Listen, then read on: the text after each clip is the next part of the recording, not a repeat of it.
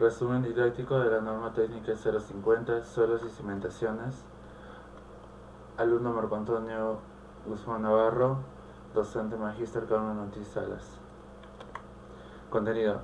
La siguiente norma se divide en 6 capítulos y 2 anexos. Capítulo 1, generalidades. Capítulo 2, estudios. Capítulo 3, análisis de las condiciones de cimentación.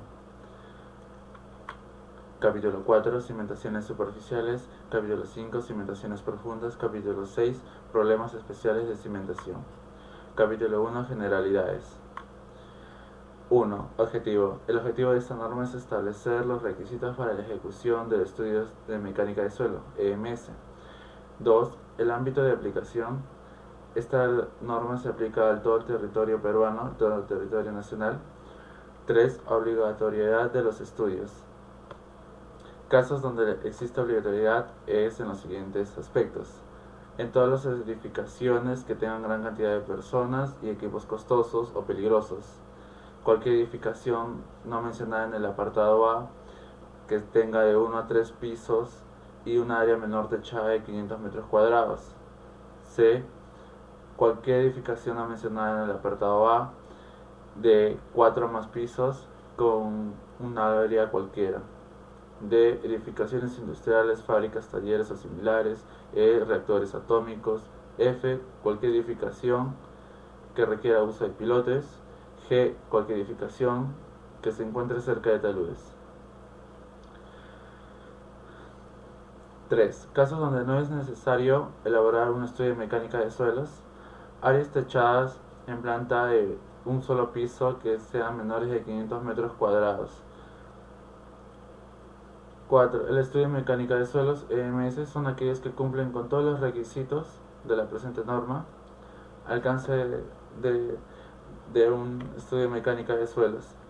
La información del estudio de mecánica de suelos es válida solamente para el área y tipo de obra indicada en el informe limitado por el PR, profesional responsable.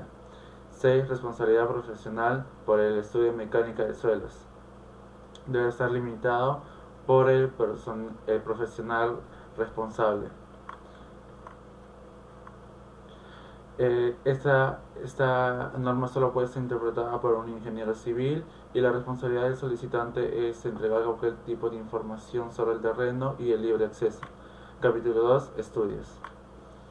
Información previa. Es la que se requiere para ejecutar un estudio de mecánica de suelos, ya sea del terreno a investigar o de la obra a cimentar. Si es del terreno a investigar, un plano de ubicación y accesos, plano topográfico con curvas de nivel, la situación legal del terreno. Si es de la obra a cimentar, características generales de la cimentación, conocer la magnitud de las cargas, los movimientos de tierras ejecutadas y los previstos en los proyectos. La tabla número 1 nos habla sobre el tipo de edificación para determinar el número de puntos de investigación, es decir, relaciona la clase de estructuras, la distancia mayor entre los apoyos y el número de pisos. Datos generales de la zona, ya sea por usos anteriores o construcciones antiguas, como ruinas. Engloba la tabla número 2, donde relaciona la descripción de los suelos con la norma aplicable. Aplicación de las técnicas de investigación, ya sea por pozos o calicatas y trincheras. Si es por pozos o calicatas o trincheras, estas son excavaciones de formas diversas que permiten una observación directa al terreno y realizar ensayos in situ, ya sea por perforaciones manuales y mecánicas o perforaciones mediante espiral mecánico o perforaciones por lavado con agua. También está el método del ensayo de penetración estándar, el ensayo de penetración cuasi estática profunda de suelos en cono y cono de fricción, prueba de penetración dinámica superpesada, DPSH, la auscultación dinámica mediante el cono dinámico tipo PEC. Es un ensayo desarrollado en el Perú que se utiliza para efectuar auscultaciones dinámicas. El método de ensayo normalizado para auscultación con penetrómetro dinámico ligero de punto cónico. Las auscultaciones dinámicas son ensayos que requieren investigación adicional de suelos para su interpretación y no constituyen el ensayo de penetración. También está el método normalizado para ensayo de corte con veleta de campo en suelos cohesivos, o el método de ensayo normalizado para capacidad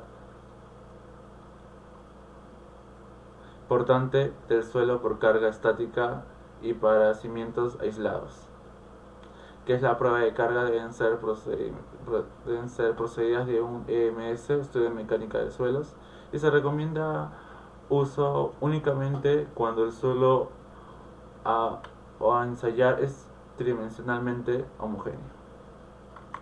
La siguiente tabla, la tabla número 3, aplica las técnicas de investigación, y esta relaciona los ensayos in situ con las normas aplicables, la aplicación recomendada, la aplicación restringida y la aplicación no recomendada.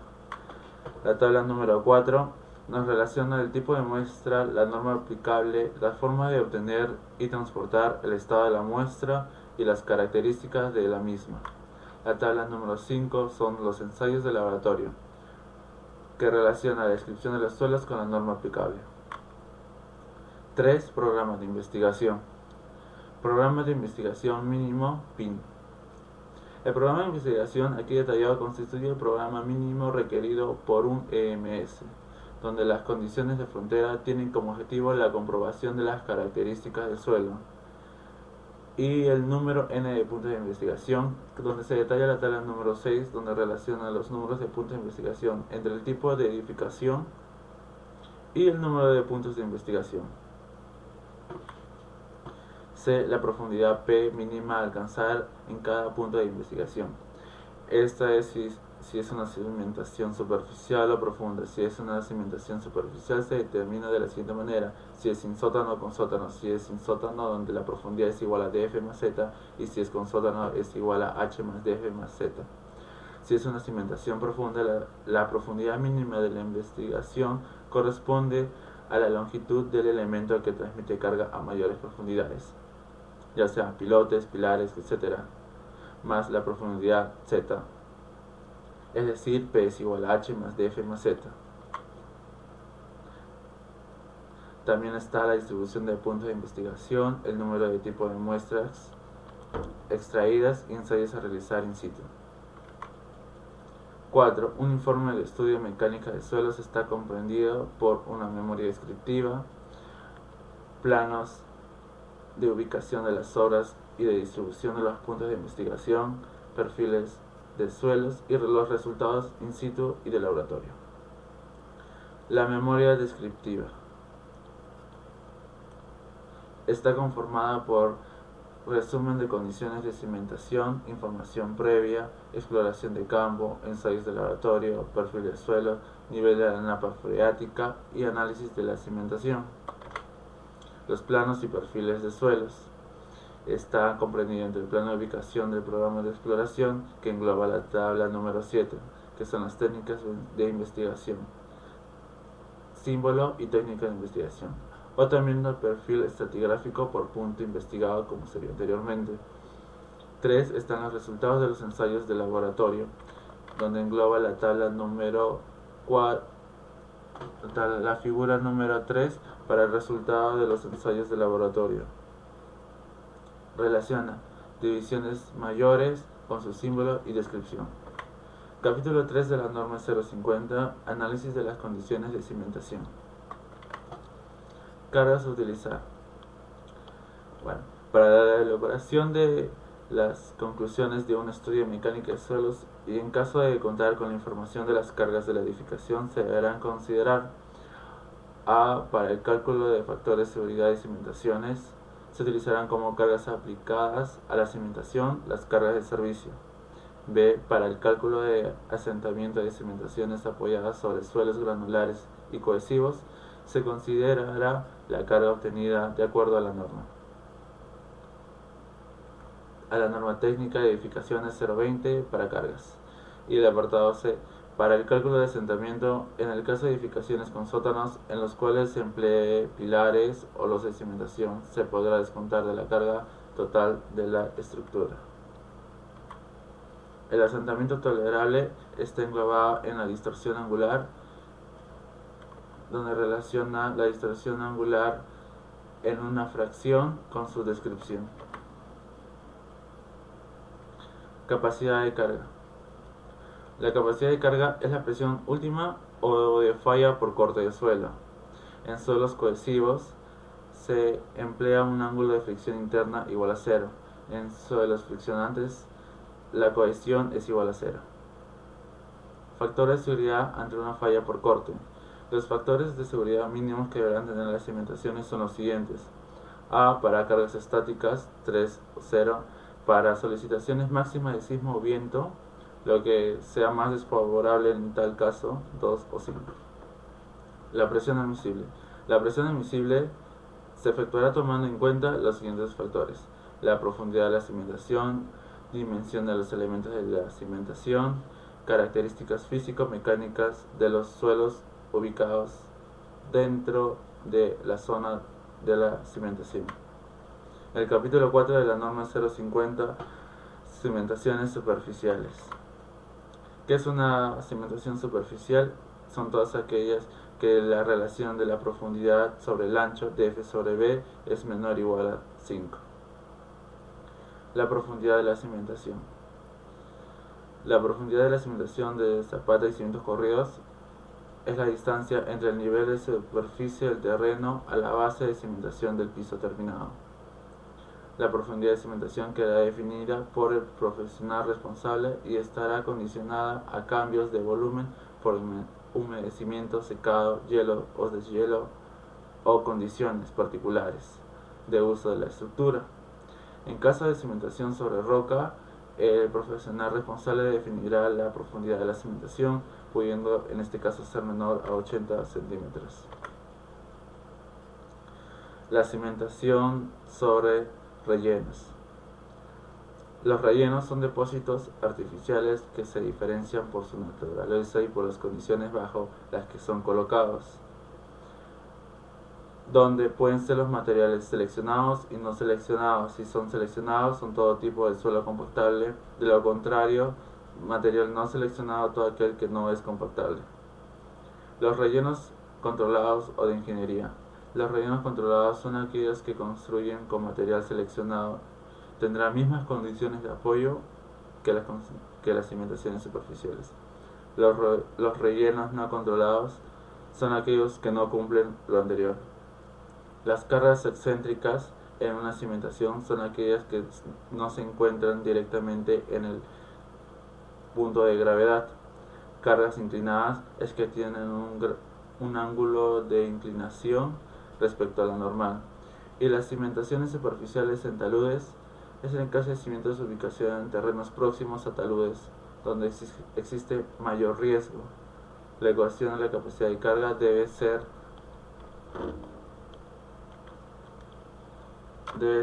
calculada teniendo en cuenta la inclinación de la superficie y la inclinación de la base de la cimentación. Capítulo 5. Cimentaciones profundas. Una cimentación profunda es aquella en la que la relación de la profundidad del ancho de F y B es mayor a 5,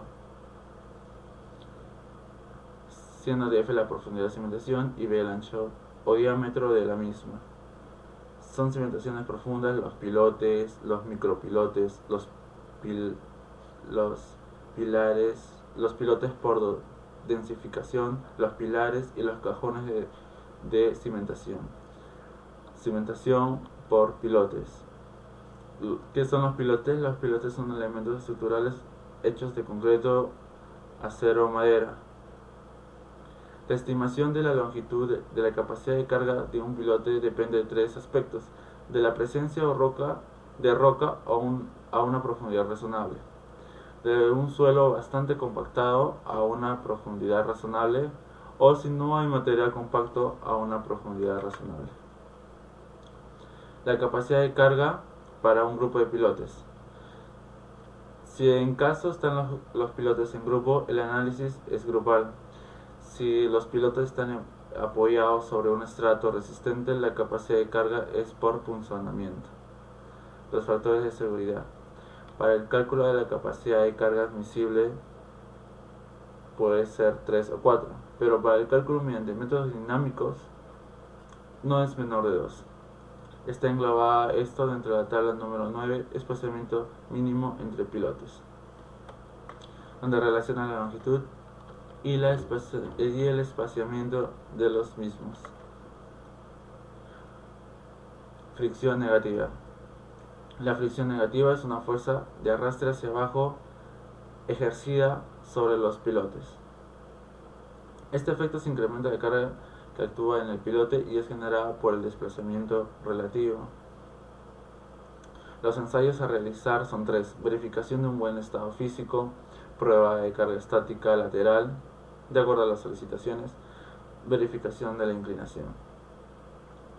Cimentación por pilares. Los pilares son elementos estructurales de concreto vaciados in situ, con diámetro mayor a 1 metro, con o sin refuerzo de acero y con o sin fondo ampliado. La capacidad de carga de un pilar deberá ser evaluada por medios estáticos, es decir, a punta y fricción. El factor de seguridad para este caso de cimentación debe ser 3 o 4. Cajones de cimentación. Los cajones de cimentación son otros elementos estructurales de concreto armado que se construyen sobre el terreno y se introducen en el mismo por su propio peso al ser excavado el suelo ubicado en su interior. El profesional responsable deberá ser quien indique el valor, la fricción lateral del suelo para determinar el peso requerido. La capacidad de carga. La capacidad de carga de un cajón de cimentación debe estar evaluado por los métodos estáticos. La relación de la profundidad, es decir, df entre b, si es menor o igual a 5, se diseñará como una cimentación superficial. Si es mayor, se diseñará como un pilar. El factor de seguridad para este tipo de elemento estructural es 3 a 4. Último capítulo, problemas especiales de cimentación. Suelos colapsables. Se dice un suelo colapsable cuando es sometido a un incremento de carga o al humedecerse o saturarse. También la cimentación escenaria de suelos colapsables es porque no está permitido cimentar directamente sobre suelos que se nombren colapsables. La cimentación en los pisos deberán apoyarse sobre suelos no colapsables. Los pisos no deberán apoyarse directamente sobre suelos colapsables. El reemplazo de un suelo colapsable. Cuando se encuentre la presencia de colapso moderado, a juicio y depende del profesional responsable, estos deberán ser retirados en su totalidad antes de iniciar cualquier tipo de obra.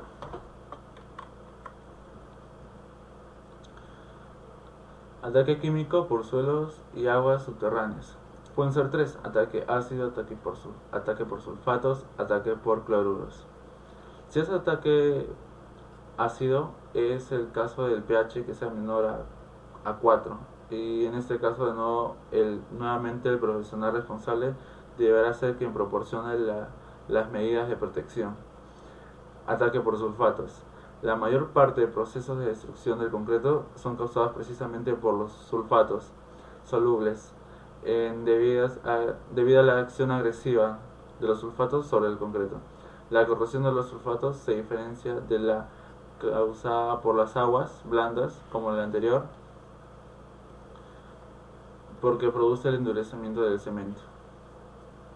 El segundo, que vendría a ser el ataque por sulfatos, ataque por cloruros, serían los fenómenos corrosivos del ion cloruro a las cimentaciones.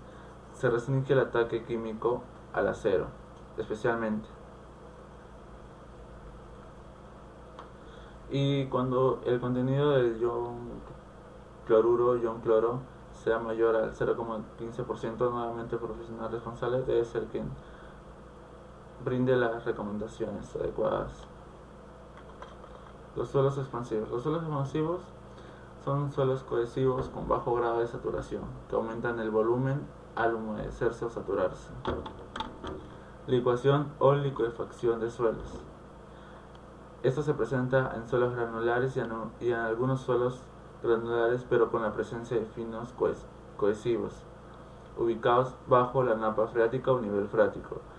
Este tipo de fenómeno de licuación o licuefacción se caracteriza porque existe la pérdida momentánea de la resistencia al corte del suelo. El sostenimiento de excavaciones, que viene a ser lo último.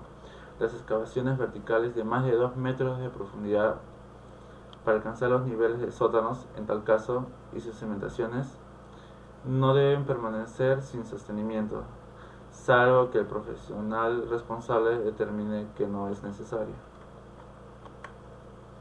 Al final de esta norma 050, que se encuentra dentro del Reglamento Nacional de Edificaciones, se ubica el anexo 1 y el anexo 2. El anexo 1 está comprendido por un glosario, es decir, un vocabulario de términos sobre suelos y cimentaciones.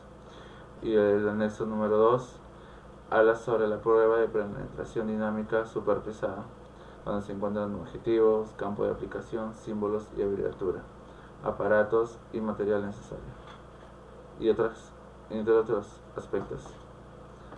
Gracias.